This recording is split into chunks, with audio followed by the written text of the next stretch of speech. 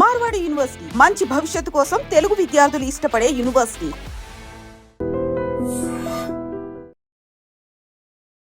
Welcome to iDream media.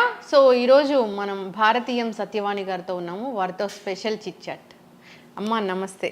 నమస్తే లక్ష్మి, బాగున్నావా? బాగున్నానమ్మా, చాలా దీపావళి శుభాకాంక్షలు. Thank you so much. మీకు కూడా చెప్పమ్మా. అంటే నేను రాగానే మీరు హోమం చేస్తూ కనిపించారు. అంటే నాకు చాలా ఆనందంగా, మనసుకి హ్యాపీగా అనిపించింది. ఇంట్లో ఎక్కడ చూసినా ఏసీలు లేవు. ఏంటి అసలు ఇది? నేను వేరే టాపిక్ అడగడానికి వచ్చాను. అసలు ఏంటి ఇంత న్యాచురల్ లివింగ్ ఏంటి అనేది ఒకసారి తెలుసుకుందాము.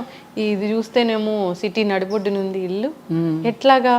మన పూర్వీకులు ఎలా బ్రతికారు, మన ఋషులు ఎలా బ్రతికారు, ఎలాంటి జీవన విధానాన్ని మనకు అందించారు. అలాగని పూర్తిగా ఋషుల్లాగాను మనం బ్రతకడం లేదు. కానీ ఆధునిక కాలానికి అవసరాన్ని బట్టి, అవసరాలు వేరు, కోరికలు వేరు కదమ్మా. అవసరాలకు సరిపడా ఉన్నప్పుడు ఇంకెందుకు కోరికల్ని పెంచుకుని అవి ఇవి పెంచుకుని మళ్ళీ దాని తర్వాత మనమే కష్టపడి మళ్ళీ తీసుకెళ్ళి రోడ్ల మీద బారేసి వాళ్ళని చూస్తూ ఉంటాను. రోడ్ల మీద ఎక్కడ చూసినా సోఫా సెట్లు వాడేసి పారేసిన తర్వాత నిండిపోతున్నాయి. ఆ డంపింగ్ యార్డ్ తీసుకొచ్చి అంతా మన గుడి దగ్గర పారేస్తున్నారు. కొనడం ఎందుకు, అలా పారేయడం ఎందుకు? ప్రకృతికి మనం ఎంత నష్టం చేకూరుస్తున్నాం. కాబట్టి ప్రకృతిని ప్రేమించాలంటే ప్రకృతికి అనుగుణంగా మనం నడుచుకున్నప్పుడే కదా. ఇవాళ మనం వదులుతూ ఉన్నటువంటి కర్బన ఉద్గారాలని రోజు పేపర్లో రాస్తున్నారు, గ్లోబల్ వార్మింగ్ అని. దానివల్లనే కదా ఈ మధ్యన వస్తున్నటువంటి ఫ్లడ్స్ అవనండి, అకాల వర్షాలు కానివ్వండి, రకరకాలుగా చవి చూస్తున్నాం కదా. ఋతుపవనాలన్నీ కూడా గతులు తప్పుతున్నాయి కదా. ఎందుకని మానవ ధర్మం గతి తప్పుతోంది కాబట్టి, ప్రకృతికి అనుగుణంగా మనం నడుచుకోవడం లేదు కాబట్టి. అందుకని మనకి మనంగా ఉన్నంతలో మనం ఒక్కళ్ళమే ఆచరిస్తే సరిపోతుందా అని మనం అనుకోకుండా, కనీసం ముందు మనం చెప్పే ముందు మనం కూడా కొంతవరకు ఆచరించాలి అనేటటువంటి నేపథ్యం మాది. అందుకని ఎక్కువగా ఆడంబరాలకి పోకుండా, ఏ ఇంటికి వెళ్ళినా ఆత్మీయత కనిపిస్తుందా, ఆడంబరం కనిపిస్తుందా? ఇవాళ ఆడంబరమే కనిపిస్తుంది. ప్రతి ఇల్లు ఒక ఎగ్జిబిషన్గా ఉంటుంది. ఒక ఇంటికి వచ్చిన అతిథులకి ఆదరణ ఇచ్చే ఇల్లుగా ఎన్ని ఉంటున్నాయి ఇప్పుడు. అది ముట్టుకో, ఇది ముట్టుకో, అది పాడైపోతుంది, ఇది షో కేసుల్లో బొమ్మలు, షో కేసులు ఉండే ఇవే కదా మనకి ఎక్కువగా తారసపడేది. ఏ ఇంటికి వెళ్ళినా ఒకళ్ళని చూసి ఒకళ్ళు పోటీ పడి సామాన్లు పోగు చేసుకుని చివరికి వెష్టపడి తర్వాత ఆ సామాన్ల మీద ఏదో ఒక రోజున విసుగు పుట్టి ఎక్కడో బారేస్తారు. అంటే విషయాలంపటాల్లో పడి ఇరుక్కుపోతున్నాం మనం కదా. అందుకని మనకి పెద్దలు అందించినటువంటి జ్ఞానం ఏదైతే ఉందో, సింప్లిసిటీ. అబ్దుల్ కలాం గారు మన దీనిలో నుంచి ఆయన ఏమంటారు దాన్ని, ప్రెసిడెంట్ భవన్ ఏమంటారు, ఢిల్లీలో రాష్ట్రపతి భవన్ నుంచి బయటకు వచ్చేటప్పుడు ఏం పట్టుకొచ్చారు? 4 కోట్లు, 4 పెన్నులు, 4 పుస్తకాలు. ఏ వస్తువులు ఉపయోగించుకోవాలి ఆయన. సింపుల్గా దేనికి అంటకుండా బ్రతికారు ఆయన. లాల్ బహదూర్ శాస్త్రిజీ కూడా అంతే. కాబట్టి దానిలో లెస్ లగేజ్ మోర్ కంఫర్టబుల్ అమ్మా. ఎంత లగేజ్ మనకు తక్కువ ఉంటే అంత కంఫర్ట్గా ఉంటాం. కానీ ఇప్పుడు అట్లా ఉండలేకపోతున్నామే. అదే చెప్తున్నాక కోరికలు పెంచుకోవడంతో, పెంచుకున్నది ఏమైనా రోజు రోజుకి. అందుకని అమ్మవారి నామాలో ఉంటుంది చూడు, మనోరూపేక్ష కోదండ పంచ తన్మాత్ర సాయక. చెరుకు గడతో పోల్చారు. అమ్మవారు చేతిలో ఉన్న చెరుకు గడని మన మనసుతో పోల్చారు. అక్కడ మన మనసుకు చూడు, చెరుకు గడకి కడుపులు ఎలా ఉంటాయో, ఒక్కొక్క కడుపు దగ్గరికి వచ్చేసరికి ఒక్కొక్క రుచి ఉంటుంది. వాళ్ళు ఏదో మామూలు టీవీ కొనుక్కుందాం, అది సరిపోలేదని మళ్ళీ పెద్ద ఇంచెస్, మళ్ళీ హోమ్ థియేటర్, రకరకాలుగా మనం కోరికలు పెంచుకుంటూ బంధించబడుతున్నామా లేదా? అందుకని అక్కడ ముడివేసి ఉంటుంది, అక్కడ చెరుకు గడ దగ్గర కూడా.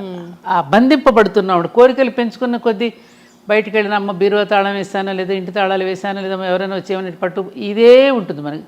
బంధింపబడుతున్నాగా.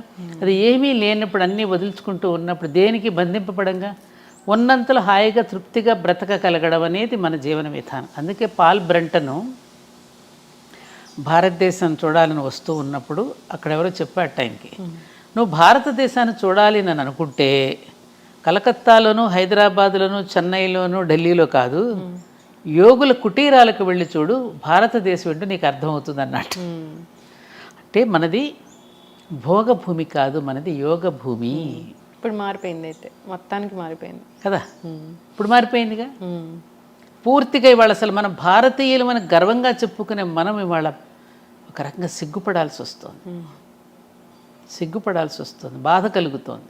ఊరికే గొప్పలు చెప్పుకుంటున్నాం, సారే జహాన్ అచ్చా మేరా భారత్ మహాన్ చెప్పుకుంటున్నాం, కానీ ఎలా ఉంటున్నాం? ఇవాళ నిజంగా నేను చూస్తున్నాను. రీసెంట్గా నేను వెళ్ళి చూసి వచ్చినప్పుడు నాకు తెలిసింది ఏంటంటే, పాశ్చాత్యులు ఎంత చెడిపోలేదమ్మా. వాళ్ళ విధానాలు చాలా బాగుంది. చక్క చూసిన వాళ్ళని చక్క అందంగా పలకరిస్తారు. ఎవరైనా you're so pretty, you're so beauty, how are you అంటూ చక్క పలకరిస్తున్నారు. మే హెల్ప్ యూ అని అడుగుతారు. చక్క చిరునవ్వుతో నవ్వుతూ ఉంటారు అందరినీ.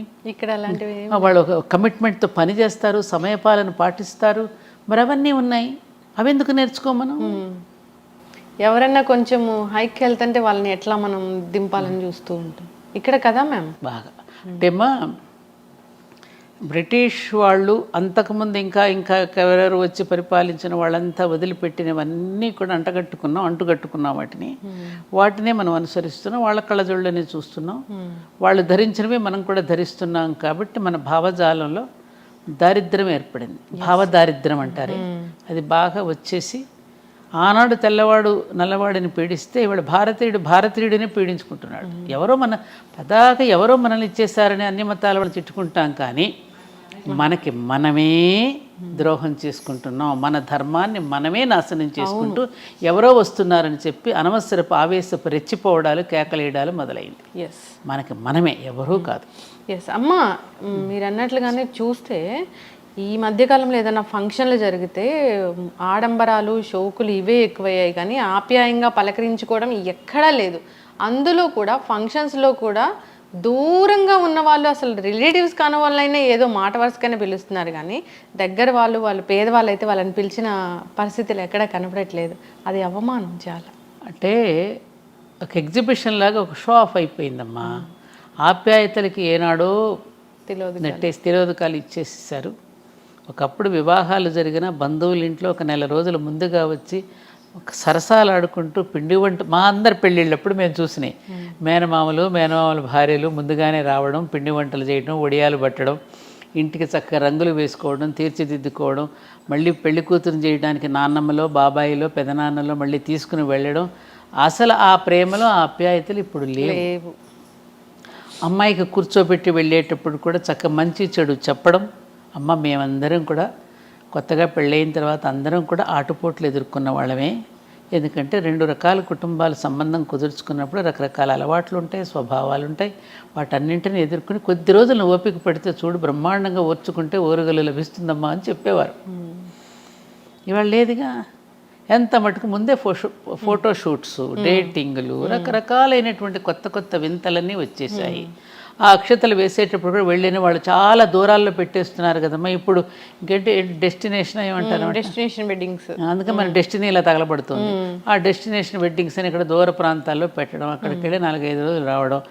అమ్మాయికి అబ్బాయికి చక్కగా ఏది పంచల్ ఫంక్షన్స్ అని హాఫ్ శారీస్ ఫంక్షన్ అని పెడతారు. చివరికి హాఫ్ శారీ వేసుకోదు. ఆ ఫంక్షన్ పెట్టినప్పుడు కూడా మెహందీ ఫంక్షన్స్, కాక్టైల్ పార్టీస్. నువ్వు సంపాదించిన సంపదను ఖర్చు పెట్టడానికి ఎన్ని మంచి పనులు లేవు? అవును, బోలెడున్నాయి కదా. వాటన్నింటికీ మనసు రాదు. వీటికి మాత్రం విపరీతంగా ఖర్చు పెడితే మిగతా వాళ్ళలో అసూయ ద్వేషాలు ఎవరు ప్రబలింపజేస్తున్నారు? మనం కాదా? కాబట్టి ఈ అవలక్షణాలన్నీ కూడా కలియొక్క లక్షణాలమ్మా. ఇవన్నీ కూడా మనకి బాగా ప్రబలుతున్నాయి. ఇవన్నీ కొంత నివారించుకుంటే సమాజం అంతా ఆరోగ్యంగా ఉంటుంది. అయితే మహిళలు తమ ఆరోగ్యం గురించి తాము పట్టించుకోవట్లేదు. కొవ్వొత్తిలాగా కరిగిపోతూ ఉన్నారు, కానీ వాళ్ళ ఆరోగ్యం గురించి పట్టించుకోకుండా ఇంటిల్లిపాది ఆరోగ్యం గురించి పట్టించుకుంటూ ఉన్నారు. ఇప్పుడు రకరకాల క్యాన్సర్లు అనేవి వస్తున్నాయి. ప్యాడ్స్ వాడితే క్యాన్సర్ వస్తుందని చెప్తూ ఉన్నారు. బ్రెస్ట్ క్యాన్సర్ వచ్చింది, అది ఎప్పుడో లేట్ స్టేజ్లో తెలిసింది అని చెప్తూ ఉన్నారు. ఇవన్నీ కూడా ముందుగా గమనించుకునే పరిస్థితి ఉంది ఉమెన్కి. అంటే ఉమెన్ అంటే ఇలాగే ఉండాలా? తన గురించి తాను పట్టించుకోకుండా అందరి గురించి పట్టించుకుంటూ తాను ఇలా కరిగిపోవాలనేది మన శాస్త్రంలో. అమ్మా, చాలా వింత ప్రశ్న, తమాషాగా ఉంది. మంచి ప్రశ్నే వేసావు. మొత్తానికి నీకు ఈ విషయం తెలియాలి కాబట్టి. అసలు విమెన్ అనేది తనను గురించి తాను పట్టించుకుంటే సమాజం నిలవదమ్మా. తనను గురించి తాను పట్టించుకోకపోవడమే ఆవిడ గొప్పతనం. విన్నావా? అందుకని ఆరోగ్యంగా జీవించగలుగుతుంది. తనను గురించి తాను పట్టించుకుంటూ ఇతరులను పట్టించుకోకపోవడం మానసిక ఆరోగ్యం చెడిపోతుంది. తాను ఎప్పుడూ కూడా ఉదయం లేచిన అందరికంటే ముందు ఎవరు లెగుస్తారు ఇంట్లో? మన అమ్మ. అంతేనా? అందరికంటే ఆఖరిగా పడుకునేది ఎవరు? అమ్మే. ఎవరినెవరిని చూసుకుంటోంది? బిడ్డల్ని, భర్తని, పిల్లి, కుటుంబాన్ని అలా పాలించుకోవడంలో వాళ్ళకి ఆనందం ఉంది. ఆవిడ అంటే పూల సంఖ్యలను ఆవిడే వేసుకుంది, ఎవరో వెయ్యలా. పూల సంఖ్యలవి తనకు తానే బంధించుకుంది తనను తాను ఆ ప్రేమలో. అటువంటి హార్మోన్స్ స్త్రీకి భగవంతుడు సృష్టికర్తే పెట్టాడు. అలా ఉండాలి. ఆ ప్రేమించకుండా ఉండలేని తనాన్ని, చెయ్యకుండా ఉండలేని తనాన్ని, వండి పెట్టకుండా ఉండలేని తనాన్ని భగవంతుడు స్త్రీకి ప్రసాదించాడు. కాబట్టి ఆవిడ పూజనీయురాలు అయ్యింది, ఆరాధనీయురాలు అయ్యింది. అందుకని స్త్రీలకు పూజ చేశారు, కానీ ఎక్కడన్నా పురుషులకు పూజ చేశారా? సువాసిని పూజ, కన్యా పూజ మన దసరా నవరాత్రులలో పురుషుడికి ఎక్కడ చేయలేదే. ఎందుకని స్త్రీలకు పూజ చేశారు? అందుకని సగటు స్త్రీ ఎప్పుడూ కూడా తన గురించి తాను ఆలోచించుకోదు. ఇప్పుడు చూడు, మేమందరం మాకు అందరూ అలవాటు. ఇంట్లో ఎప్పుడైనా ఆఫీస్ మీదే, క్యాంప్ మీద భర్త ఊరెళ్ళాడు అనుకో, తన కోసం తను ఎప్పుడైనా వండుకుంటుందా? ముందే ఆయన లేరు కదా, ఏదో పచ్చడో మజ్జిగో వేసుకుని తినేసి కాలక్షేపం చేసేస్తుంది. ఎవరి కోసం చేస్తుందా వంట? అది బిడ్డల కోసం, భర్త కోసం. అంతే. తనను గురించి తాను అందుకని ఆవిడకి జగన్మాతకి ఉన్న లక్షణాలన్నీ కూడా ప్రతి స్త్రీలోనూ ఉన్నాయమ్మా. స్త్రీ అంటేనే సకారం, రకారం, తకారం, సత్వగుణ, రజోగుణ, తమోగుణాలు 3 సరైన నిష్పత్తిలో ఉంటాయి. మన బిల్డింగ్ కట్టేటప్పుడు సిమెంటు, ఇసుక, నీళ్లు ఏ పాళ్లలో కలిపితే బిల్డింగ్ గట్టిగా ఉంటుందో, ఈ సమపాళ్లలో ఉంచుకోగలిగిన స్త్రీ ఎప్పుడైతే గట్టిగా నిలబడగలుగుతుందో అప్పుడు ఆ కుటుంబం బాగుంటుంది. అంతే. కానీ అందుకని ఆవిడ తనని గురించి ఇప్పుడు దేవాలయానికి వెళ్ళినా తన పేరు చెప్పుకోదు చూడు, అక్కడే అర్థమైపోతుంది. పలానా శ్రీనివాసరావు నామధేయస్య తద్ధర్మపత్ని సమేతస్య సహ కుటుంబానాం అంటుంది. తన పేరు చెప్పుకుందా? శ్రీమతి అండ్ శ్రీ. కానీ అన్నింట్లోనూ ఆవిడికే పెద్దపీట వేసింది వేదం. భార్యాభర్తలు, పార్వతీ పరమేశ్వర్లు, ఏమ్మా సీతారాములు అనేది మిస్సెస్ అండ్ మిస్టర్ అని. అక్కడ మిస్టర్ అండ్ మిస్సెస్ అంటారు ఆ దేశాల్లో, మనకి శ్రీమతి అండ్ శ్రీ అంటారు. శ్రీవారికి మతి తెచ్చేది ఆవిడే, మతి పోగొట్టేది ఆవిడే, రెండు ఆవిడే. 2 రకాలుగానే ఆవిడే ఉంటుంది. కాబట్టి నువ్వు అనుకున్నట్టుగా స్త్రీ తనను పట్టించుకుంటే కుదరదు. ఇప్పుడు తనను గురించి తాను పట్టించుకుంటున్నారు కాబట్టే బిడ్డలు అనాథలవుతున్నారు. కరెక్ట్. తన ఎంత మటుకు తన షోకులు, తన లైఫ్, తనలాంటి దీనిలోకి పడిపోతుంది. కాబట్టి పిల్లలు అనాథలైపోయి పిల్లలు పిచ్చోడు అయిపోతున్నారుగా. తను కూడా ఒంటరిగా ఇదైపోయి ఆలోచిస్తుంది కదా, మానసికంగా ఒక డిప్రెషన్. అందుకని డిప్రెషన్ నువ్వు రాకుండా ఉండాలంటే స్త్రీ ఎప్పుడు తన పని చేస్తూనే ఉండాలి. ఎప్పుడైతే తను ఒంటరిగా ఉంటుందో, అందరితో కలివిడిగా లేకోకుండా, అప్పుడు ఆవిడ ఒక రకమైన మానసికమైనటువంటి వ్యాధికి గురైపోతుంది. ఎప్పుడు పనిలో ఉండాల్సిందే. పని ఎప్పుడూ కూడా మీరు అనుకున్నట్టు అనారోగ్యాన్ని ఇవ్వదమ్మ. పని చేస్తూ ఉన్న కొద్దీ ఆరోగ్యం ఉంటుంది. చాలామంది అనుకుంటారు శక్తి ఉంటేనే పని చేస్తాం అనుకుంటాం. కాదు, పని చేస్తూ ఉన్న కొద్దీ శక్తి పెరుగుతుంది, జనరేట్ అవుతూ ఉంటుంది. ఎందుకని నీకు ఎగ్జాంపుల్, ఇప్పుడు మన ఇంటికి కరెంట్ ఎంత తెచ్చుకుంటాం? ఇంటికి సరిపడానే తెచ్చుకుంటాం. ఫ్యాక్టరీకి సరిపడా ఎక్కువ కావాలి కరెంట్. అలాగే మనం బాగా పని చేస్తూ ఉన్న కొద్దీ, ఫ్యాక్టరీ అంత పని చేస్తూ ఉన్న కొద్దీ ఆ మహాప్రాణం నుండి మనకు ప్రాణశక్తి ఎప్పుడు ప్రసారం అవుతూ ఉంటుంది. ఈ సూక్ష్మం తెలిస్తే మనకి నిరంతరం పనిచేసి ఆరోగ్యంగా ఉంటాం. ఇందాక నువ్వు అన్నావు చూడు, తల్లి పిల్లలకి చాలా చిన్నప్పుడే బ్రెస్ట్ క్యాన్సర్స్ ఏమైనా వస్తున్నాయని. బ్రెస్ట్ క్యాన్సర్ రావడానికి అస్సలు కారణం ఏమిటంటే మెయిన్ బిడ్డలకి పాలు ఇవ్వకపోవడం వల్ల. నువ్వు ఎప్పుడైతే తల్లి పిల్లలకి 1 సంవత్సరం పాటు పాలు ఇస్తుందో వాళ్ళకి క్యాన్సర్ రాదు. ఈ మధ్య ఏ తల్లి కూడా బిడ్డలకి పాలు ఇవ్వడానికి ఇష్టపట్టలేదు, బిడ్డలను కనడానికి కూడా ఇష్టపట్టల్లా. అందం పోతుందని, శ్రమ అని, నొప్పులు భరించలేమని, ఓపిక లేదని, ఓర్పు లేదని, రకరకాల అద్దె గర్భాలు కూడా తీసుకుని పిల్లల్ని కనేటటువంటి ఒక దారుణమైనటువంటి పరిస్థితికి మనం వచ్చేసాం. అందుకని తనను ఆ పని చేయడం వల్ల ఆమె ఆరోగ్యం చెడిపోవటంలా, మనం అనుసరిస్తున్న విధానాల వల్ల ఆరోగ్యం చెడుతోందేమో తప్ప, ఆమె నిరంతరము పని చేస్తూ ఉన్న కొద్దీ ఆవిడ ఆరోగ్యవంతంగా ఉంటుంది. మానసికంగా కూడా ఆవిడ ఆనందపడుతుంది. ఆనందమే ఆరోగ్యం. అంటే మేమంతా అలా చేసుకున్న వాళ్ళమేగా. మా అమ్మలు, మా అత్తగారులు వాళ్ళందరూ కూడా నిరంతరం బిడ్డల కోసం, భర్త కోసం పని చేసి వాళ్ళందరూ అలసిపోయి అలసటలోనే ఒక ఆనందాన్ని పొంది, పనిలోనే విశ్రాంతిని పొందిన వాళ్ళు. ఇవాళ ఏది ఇప్పుడు చేస్తున్నటువంటి ఆధునిక యువతలు చేసే ఉద్యోగాలు కొంత స్ట్రెస్కి గురవుతున్నారు. మన ఇంట్లో మనం చేసుకుంటామమ్మా, చేసుకున్నంతసేపు చేసుకుని కాసేపు విశ్రాంతి కావాలంటే మనం విశ్రాంతి తీసుకుంటాం. అదే నువ్వు మరొకరి దగ్గర పని చేస్తున్నప్పుడు నీకు దొరకదు కదా అది. అప్పుడు నువ్వు స్ట్రెస్ ఫీల్ అవుతావు. మీరు చేసే పని కూడా ఎప్పుడు కూడా ఒక రేడియేషన్ దగ్గర పనిచేస్తున్నారు. ఇప్పుడు ఎక్కువగా సాఫ్ట్వేర్ ఉద్యోగాలు అలాగే కెమెరాస్ ముందు చేసేటప్పుడు తప్పనిసరిగా ఆ రేడియేషన్ వల్ల మీకు ఒక ఇరిటేషన్ వస్తుంది. దానివల్ల చిరాకు వస్తుంది. ఆ చిరాకు వల్ల ఏమవుతుంది, కోపం వస్తుంది. కోపం వస్తే ఇంకొకళ్ళు ఏదో ఒక మాట అనేస్తాం. ఆ మాట వల్ల తగువులు ఆడుకుంటాం, గొడవలు జరుగుతాయి, సంఘర్షణలు. దానివల్ల ఆరోగ్యాలు. అంటే ఏమిటి, మనకు మనం తెచ్చిపెట్టుకున్నటువంటి బాధల వల్ల, ఎక్స్ట్రా వర్క్స్ వల్ల మనం బాధపడుతున్నాం తప్ప మన సహజంగా జీవించే విధానంలో మాత్రం ఎక్కడా కూడా ఒత్తిడి లేదు. కానీ ఇలా అవసరం కదా. ఏం అవసరం? జాబులు చేయాల్సిన పరిస్థితి అవసరం కదా. ఎలా అవసరం అంటావు? ఎలా? ఈ కల్చర్ మారిపోయింది. ఖచ్చితంగా అందరితో పాటు మనం వెళ్ళాలి.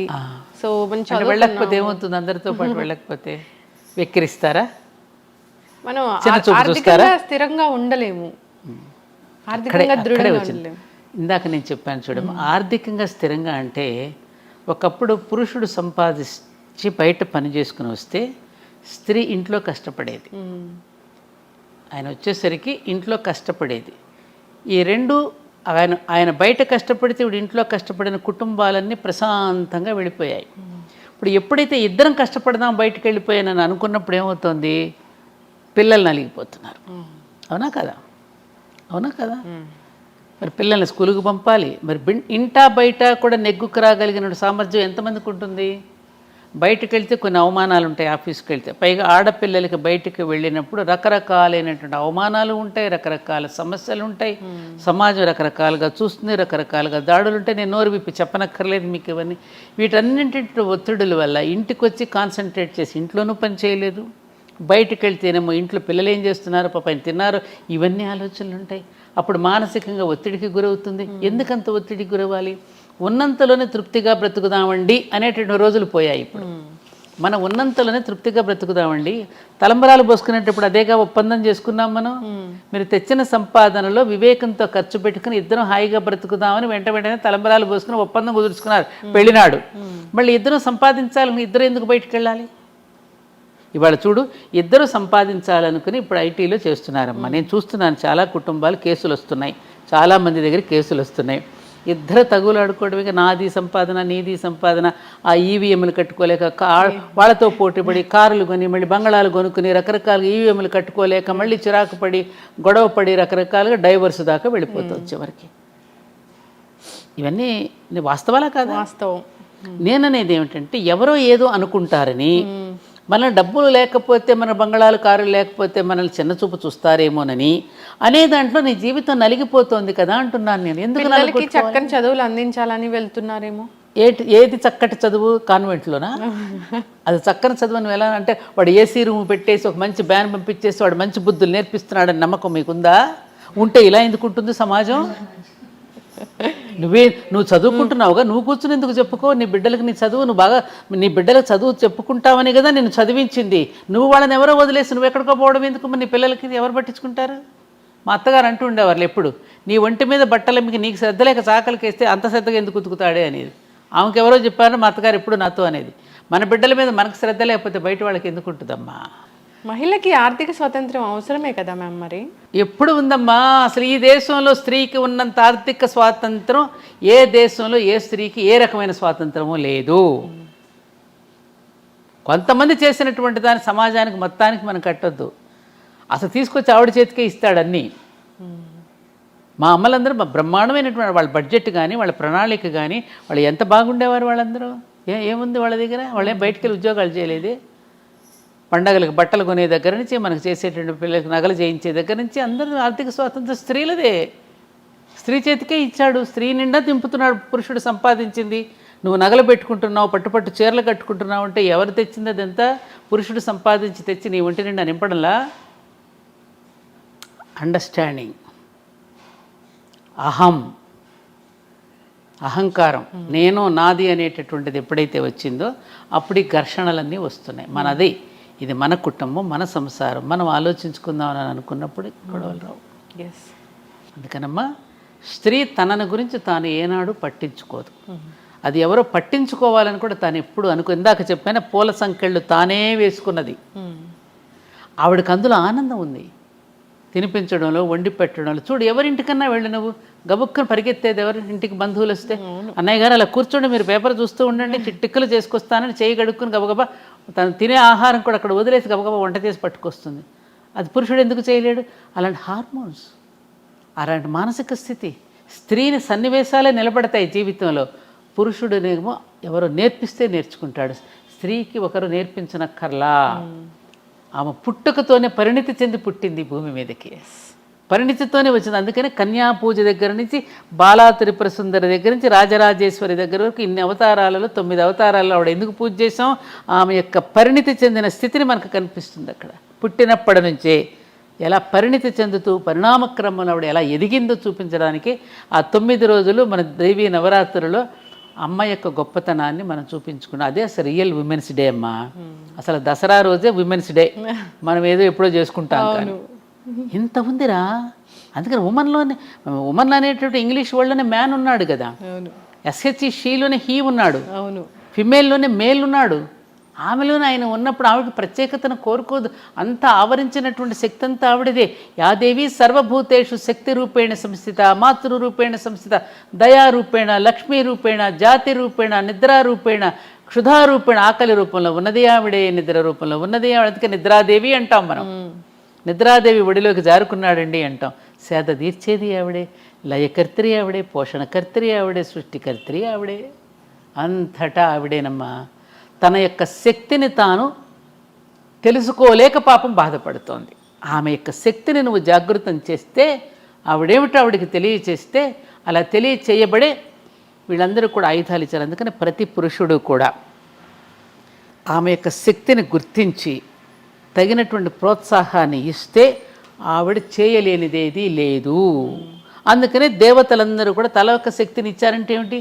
తల ఒక రకంగా ఆమెకు సహకారం అందించారు. అలాగే కుటుంబంలో భర్త కానీ, మామగారు కానీ, మరుదులు కానీ, బావగారులు కానీ, తన పిల్లలు కానీ తలొక రకంగా అమ్మకు కనుక సహకరిస్తే ఆవిడ చేయలేనిదంటూ లేదు. మన ఇంట్లో పెళ్ళిళ్ళు జరుగుతున్నప్పుడు మనం చూస్తున్నాం, అప్పటికప్పుడే మేళా మోగుతూ ఉంటుంది. అమ్మ నా పంచె ఎక్కడ పెట్టామంటాడు ఒకడు వచ్చి, అమ్మ నా లంగా ఎక్కడ పెట్టామని కూతురు అడుగుతుంది. భర్త వచ్చి ఏమి నా ప్యాంట్ ఎక్కడ పెట్టామంటాడు. హడావుడు ఉండండిరా, నాకు ఏమన్నా 10 చేతులు ఉన్నాయట్రా అంటుంది. ఉన్నాయి కాబట్టి నేను అడుగుతున్నావమ్మా అంటారు వాళ్ళు. అన్ని రకాలుగా అందించేస్తుంది అందరికీ కూడా. మరి ఎవరిది, ఎక్కడి నుంచి వచ్చింది శక్తి? ఆ జగన్మాతే ఆవిడ.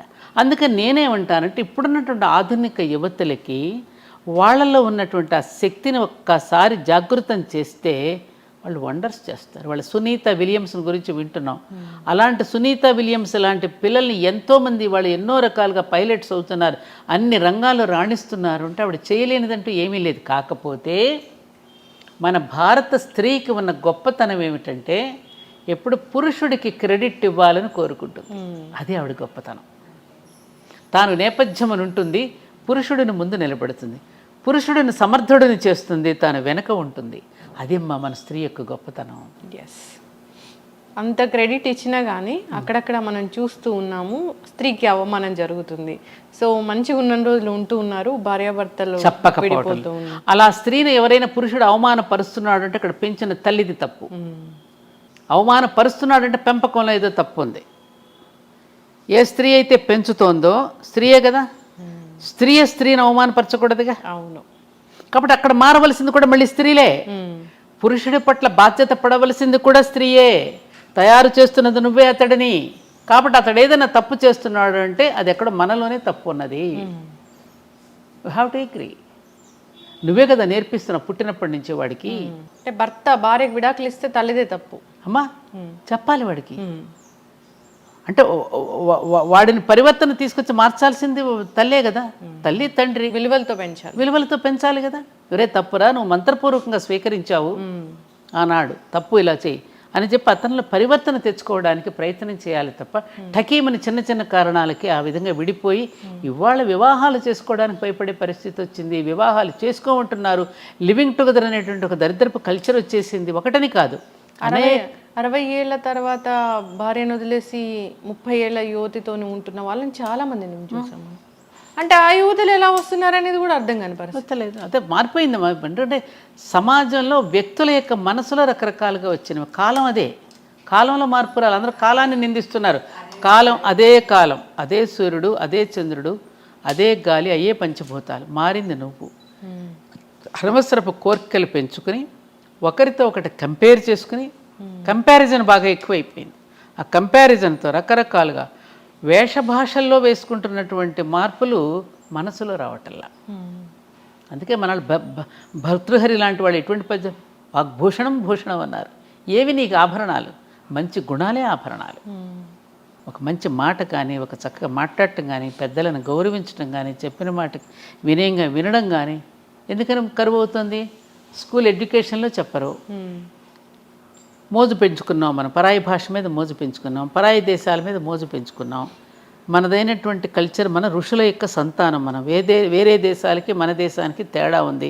ఋషులు మనకి ఏదైతే చెప్పారో వాటిని మనం ఆచరించటం అనేది మన పూర్వీకుల నుంచి మనకు వచ్చింది. అదే మనం ఆచరిస్తూ వచ్చినంతకాలం జీవితాలు చాలా బాగున్నాయి. అది వద్దనుకున్నాం కదా. ఋషులు ఎవరు? వాళ్ళకే తెలియదు. రామాయణం తెలియదు, భారతం తెలియదు, భాగవతం తెలియదు, ఉపనిషత్తులు అంటే ఏమిటో తెలియవు, శతక పద్యాలంటే ఏమిటో తెలియవు, నీతి వాక్యాలంటే ఏమిటో తెలియవు. మరి ఏం చేస్తారు? నీతి వాక్యాలు తెలియనప్పుడు బూతులే మాట్లాడతారు. అవును. కనీసం నేను పిల్లల్ని క్వశ్చన్ చేస్తున్నాను, ఏం చదువుతున్నావు నాన్న? 6th అంటాడు. కనీసం వాక్యం కూడా పూర్తి చేయడు. 6th 7th అంతే. 6th క్లాస్ చదువుతున్నాను నాన్నమ్మ అని కూడా అన్నాడు. పూర్తిగా ఆ మాటకు కూడా వాడికి బద్ధకమే. ఇవి ఉన్నాయి కదా చేతిలో. పిల్లలు నేర్పారు. తప్పురా, పెద్దవాళ్ళతో అలా మాట్లాడకూడదు, నిండుగా చక్కగా నమస్కారం చేసుకుని చక్కగా చెప్పాలని ఎవరు చెప్తున్నారు? పెద్దవాళ్ళు. ఇలా పోతే ముందు ముందు అసలు ఏం జరుగుతుందో. తిరగబడుతుంది, మళ్ళీ వచ్చేస్తుంది. అలానే కంగారు పడకు నువ్వు. తప్పకుండా మార్పు వస్తుంది. ఎవరికి వాడికి పైదాకా పోతాడమ్మ, పీకి ఏమీ లేదు ఇక్కడ అనుకుంటాడు, మళ్ళీ వెనక్కి కొడతాడు. అంటే మళ్ళీ బ్యాక్ టు పెవిలియన్ అనమాట. మళ్ళీ పాత రోజులకి వెళ్ళిపోవాలని. కోవిడ్ వచ్చినట్లుగా. ఇప్పుడు అమెరికాలో వెళ్ళారు, అక్కడంతా బాగా ఇదిగా ఉంది. ఇప్పుడు అక్కడి నుంచి మళ్ళీ స్వదేశానికి పోదాం అంటారు. స్వదేశానికి ఇట్లా పట్టణాల్లో ఉన్న వాళ్ళందరూ ఇరుకుని పడి ఇక్కడ ఏం బాగాలేదండి, మన పల్లెటూరుకి మనం పోదాం అనుకుంటారు. ఆ రోజులు వస్తాయి. నేను చెప్తున్నాను కదా, మళ్ళీ పల్లెలకు వెళ్ళిపోయే రోజులు వస్తాయి. పట్టణాల నుంచి, విదేశాల నుంచి మళ్ళీ స్వదేశానికి వచ్చే రోజులు వస్తాయి.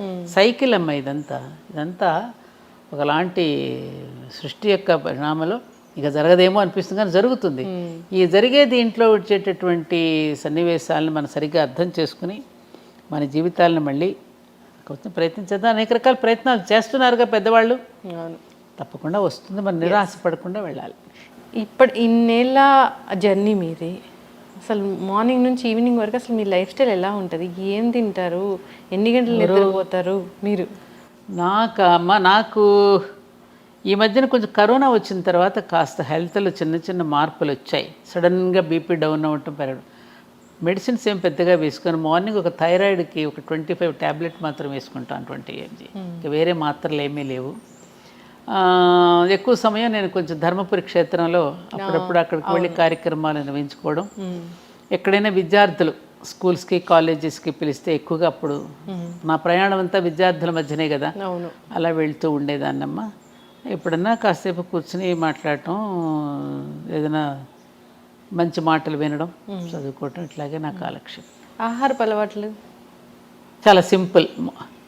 మార్నింగ్ ప్రొద్దున్నే లేవగానే కొంచెం పూజ, చిన్న హోమం చేసుకుంటాను. తర్వాత కొంచెం ఇడ్లీయో ఉపవాసం, చిన్న అల్పాహారం తీసుకుంటాను. మళ్ళీ మధ్యాహ్నం భోజనం, మళ్ళీ సాయంకాలం అల్పాహారం. ఒక్కొక్కసారి ఉదయం తినకపోతే సాయంత్రం మళ్ళీ అల్పాహారం. నాకు భోజన వేళల్లో కరెక్ట్ వేళలంటూ ఉండవు. అది కొంచెం ఆ డిసిప్లిన్ లేదు. ఎప్పుడెక్కడ వెళ్ళొస్తుంటాను కదమ్మా, టైం కానీ టైం. బయట ఎక్కడ తినను. ఎంత లేట్ అయినా ఇంటికి వచ్చే భోజనం చేస్తా. ఫంక్షన్స్కి వెళ్ళినా పెద్దగా భోజనం చేయను ఎక్కడ. ఇంటికే వచ్చి పెరుగన్నమో, ఆవకాయ పచ్చడి అంటే బాగా ఇష్టం. ఆవకాయ పచ్చడి, పెరుగన్నం ఇష్టపడతా. అంతే. ఎప్పుడైనా మీకు కోపం వచ్చిందా? ఎందుకు రాదు? కోపం వేరు, క్రోధం వేరురా. కోపం అనేది షార్ట్ డిసీజ్, క్రోధం అనేది లాంగ్ డిసీజ్. కోపం అనేది కోపం రావాలి. కోప్పడ్డారండి అని ఎందుకంటే మందలించటం రావాలి కదా. పగలు ఉండవు, పగ ఉండదు, వాళ్ళ మీద క్రోధం ఉండదు. తప్పు చేసినప్పుడు కోప్పట్టం అనేది ఉంటుందిగా, కోపం వస్తుంది అవసరానికే. అంతేగా చీటికి మాటికి కోపాలు తెచ్చుకోవడం. వీలున్నంత వరకు అందరినీ ప్రేమగా ఆదరిస్తాను, ప్రేమగా పలకరిస్తాను. ఈ కుటుంబం అంతా నాదే అనే ఫీలింగ్ నాకు ఉంటుంది, జగమంతా కుటుంబం నాదే అనేటటువంటి ఫీలింగ్తో మా అమ్మగారికి ఉండేది, నాకు కూడా అదే వచ్చింది. అందరినీ ప్రేమించే హృదయం, ప్రేమతో ఉంటాను వీలైనంత వరకు. ఎవరి మీద, ముఖ్యంగా నాకు భగవంతుడు ఇచ్చిన పెద్ద వరం, ఎవరి పట్ల నేను ఎక్కడ అసూయ చెందను. అందరూ బాగుంటే చూసి ఆనందపడుతూ ఉంటాను. ఎప్పుడు అందరినీ చూసి ఆనందపడితే ఈ కుటుంబం అంతా నాదే అనుకున్న వాళ్ళకి ఏ జబ్బులు రావు. అందుకే నాకు దీర్ఘవ్యాధులు లేవు. ఆ కరోనా ఒకటి వచ్చి ఇబ్బంది పెట్టింది కానీ ఇంకా వేరే జబ్బులు లేవు. ప్రస్తుతం అంతా హ్యాపీగా ఆనందంగా ఉన్నానమ్మా. ఇంటికి ఎవరో ఒకళ్ళు వస్తూ పోతూ ఉంటారు, అతిథులు అభ్యాగతులు వస్తూ ఉంటారు, వాళ్ళతో టైం గడుస్తూ ఉంటుంది. ఏదో చిన్న వాళ్ళు ఏదో కష్టాలు చెప్పుకోవడానికి అప్పుడప్పుడు స్నేహితులు వాళ్ళు వస్తుంటారు. అలా రోజులు గడిచిపోతున్నాయి. ఎప్పుడైనా ఏదైనా మనసుకు బాధ కలిగించే సందర్భం ఏదైనా వచ్చిందంటే, అవమానించారు అని బాధపడింది ఎప్పుడైనా ఉందా? ఇంకలే ఉన్నాయి, ఉంది. ఎట్లా మర్చిపోతారు దాన్ని? మర్చిపోవాలి. ఇప్పుడు ఎవరో పెద్ద ఆయన పేరు గుర్తు రావట్లేదు. ఏమండి, మనం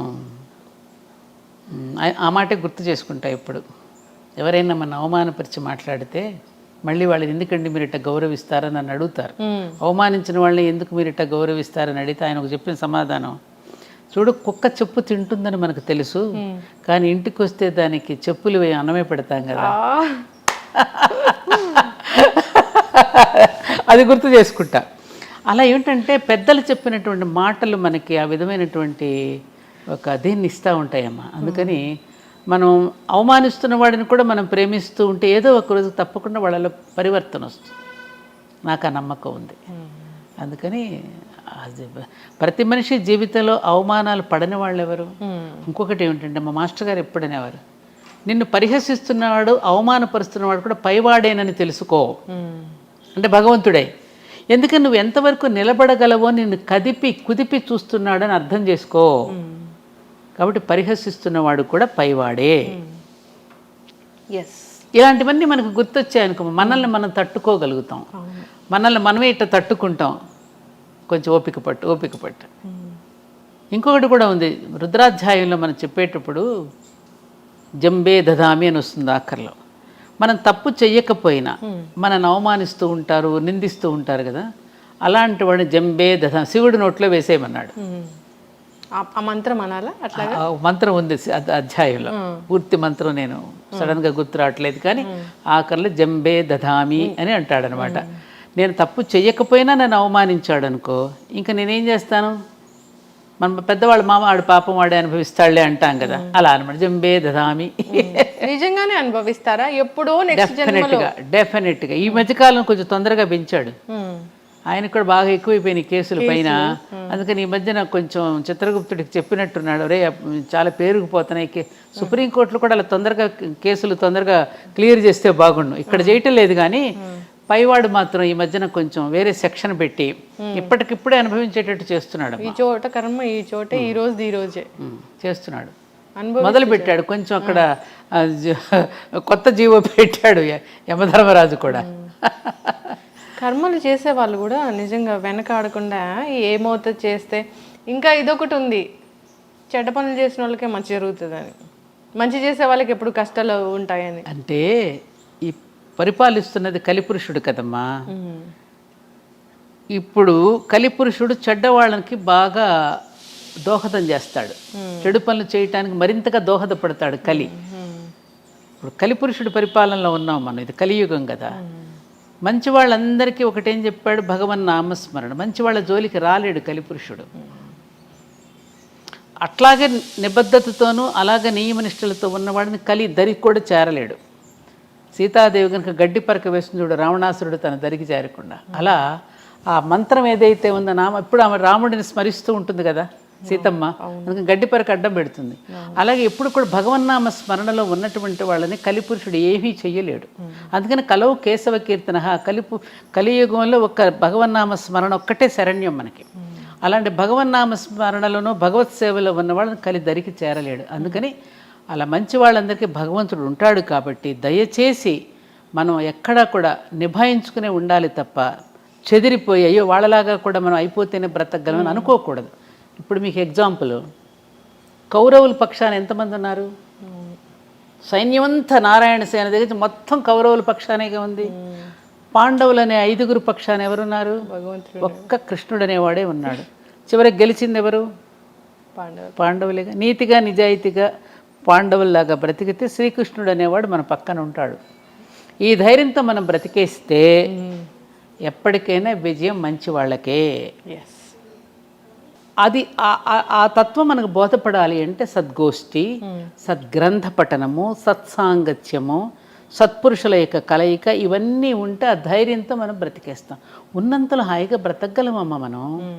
1 ఎకరం పొలం పెట్టుకుని, ఒక ఆవునో ఒక గేదెనో పెట్టుకుని ఇంత కూరగాయల దొడ్లోనే పండించుకున్న జీవితాలు ఎంతమంది బ్రతకలా మన పూర్వీకులు. ఇప్పుడు కూడా మనం బ్రతకగలం. పల్లెలన్నీ వదిలేసి వచ్చేసాం, పొలాలన్నీ ఎవరికో ఇచ్చేసాం, పొలాలన్నీ ప్లాట్లు వేసేస్తున్నారు, పాటలు పడుతున్నారు. మరి మన జీవన విధానం మార్చుకోకుండా కష్టాలు ఎవరో పెడతాం ఏంటమ్మా? కష్టాలు మనకు మనం తెచ్చుకుంటున్నాం తల్లి. తృప్తి అనేది మన జీవితాలకి లేకపోవడం వల్ల వస్తున్న తిప్పలే ఇవన్నీ. తృప్తిగా మనం బ్రతకగలం. 4 చీరలు పెట్టుకుని కూడా హాయిగా బతకగలం. వెనకటి రోజుల్లో కట్టుడు చీరలు 2, దాపుడు చీరలు 2 ఉండే. ఎక్కడైనా ఫంక్షన్కి వెళితే ఆ అమ్మనో ఈ అమ్మనోడు కట్టుకుని వెళ్ళారు. పిల్లలకి పెళ్లి కూతుర్లు చేస్తే కూడా పాత వాళ్ళ చీరలు కట్టి పెళ్ళిళ్ళు చేశారు. ఆ నగలు కూడా పెద్దవాళ్ళు ఎవరైనా పెట్టి చక్కగా పని కానిచ్చేసేసి కాపురాలు హాయిగా నిలబడ్డాయి. ఇప్పుడు పెళ్లి చీరే లక్షల్లో కడుతున్నారు. ఆడపిల్ల తల్లిదండ్రులకి అప్పులే మిగులుతున్నాయి. అది జీవితాంతం తీర్చలేనప్పుడు ఇంటి నిండా ఆ పెళ్లి ఆల్బమ్లు ఉంటున్నాయి. మళ్ళీ రెండో పెళ్లి గురించి ఈ ఆల్బమ్లు ఎక్కడ తయాలో అర్థం కావట్లేదు. వాడు ఎప్పుడైనా చూశాడంటే మళ్ళీ వాడి మనసు ఏమవుతుందో, ఈ అమ్మాయి ఆల్బమ్లు చూసి వాడేమనుకుంటాడో అని ఈ ఆల్బమ్లు దాయలేక తెస్తున్నారట. ఇప్పుడు మొత్తం డీరైల్ అయిందంటాం చూడమ్మా. మొత్తం జీవితం పట్టాలు తప్పిపోయిందమ్మా. మానవ జీవితం పట్టాలు తప్పిపోయి జీరైందని ఏడిస్తే ఏం లాభం? నువ్వు మళ్ళీ పట్టాలకి ఎక్కువ పెద్దలు చెప్పిన బాటలోకి మళ్ళీ వెళ్ళు, అప్పుడు నీ జీవితం బాగుంటుంది. ఎస్, ఖచ్చితంగా మన రూట్స్ మనం మళ్ళీ వెళ్ళాలి. పైగా జీవన విధానం ఎలా ఉంటే బాగుంటుందో అని చెప్పినటువంటి పుణ్యభూమి, జ్ఞానభూమి మన దేశమే. విశ్వగురు స్థానంలో ఉండి ప్రపంచానికి తెలియజేసింది. చాలామంది అవి తీసుకుని ఆచరిస్తున్నారు విదేశాలలో. మనం ఆచరించటలా. మనలాగా తిండిని పోగు చేసుకుని పిల్లల కోసం ఆస్తులు పెట్టి అట్లా చేయరు ఒకళ్ళు ఆ దేశాల్లో. ఉన్నంతలో పని చేస్తారు, వీకెండ్స్కి వెళ్తారు, ఎంజాయ్ చేస్తారు, చక్కగా పద్ధతిగా పని చేస్తారు, చక్కగా అందరినీ పలకరించుకుంటారు, హ్యాపీగా ఉంటారు వాళ్ళు.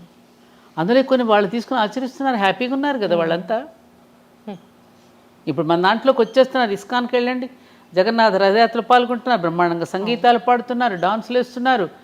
శ్రీకృష్ణ మనం కూడా చదవనంత అందంగా రుద్ర నమ్మక చమకాలు చదువుతున్నారు. భారతీయతను ప్రేమిస్తున్నారు ప్రపంచ దేశాలలో. ఆనాడు వివేకానందుడు చెప్పినటువంటి వాణి ఇంకా ఆగలదు, ఇంకా మొగుతూనే ఉంది ప్రపంచ దేశాల భారతదేశం యొక్క గొప్పతనాన్ని. మరి మనం ఎందుకు తెలుసుకోవట్లేదు? చిన్న దానికి తగువులు, మత గొడవలు, కుల గొడవలు ఏమిటివన్నీ? కులాల మధ్య మతాల మధ్య చిచ్చు పెట్టుకుని మనం ఇప్పుడు ఈ మధ్య మళ్ళీ స్టార్ట్ అయింది. ఒకటమ్మా, ఏం చెప్తున్నాడు అనుకున్నప్పుడు ధర్మం గుర్తుకొస్తుందమ్మా. ఎవరు చెప్తున్నారు అన్నప్పుడు మతం గుర్తొస్తుంది.